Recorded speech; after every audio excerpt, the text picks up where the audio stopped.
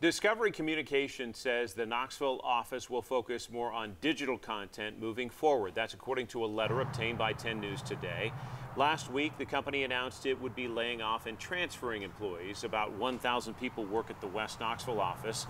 The letter from Executive Vice President of Digital and Media Operations, Bob Baskerville, talked about the new reality of the business. It says in part, we will no longer be providing content creation services in terms of developing and producing long and short form content for our family of networks. That said, we will continue to provide best-in-class facilities and services in the production and post-production space in both our Knoxville and New York locations.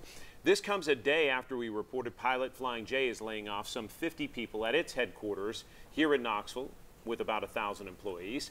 WBIR 10 News anchor Beth Haynes joins us with perspective on these announcements from top job recruiters. Beth?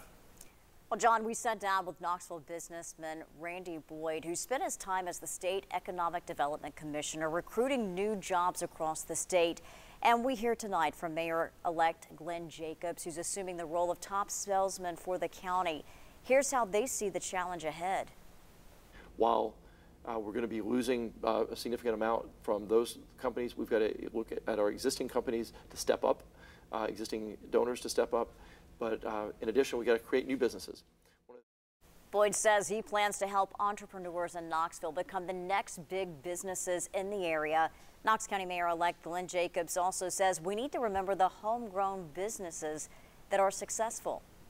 We often talk about bringing in business from the outside and recruiting, and we forget that factor of the homegrown businesses that have roots in this area, making sure they stay here.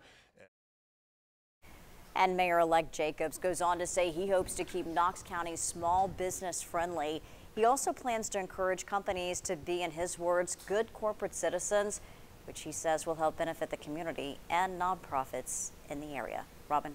All right, Beth, thank you.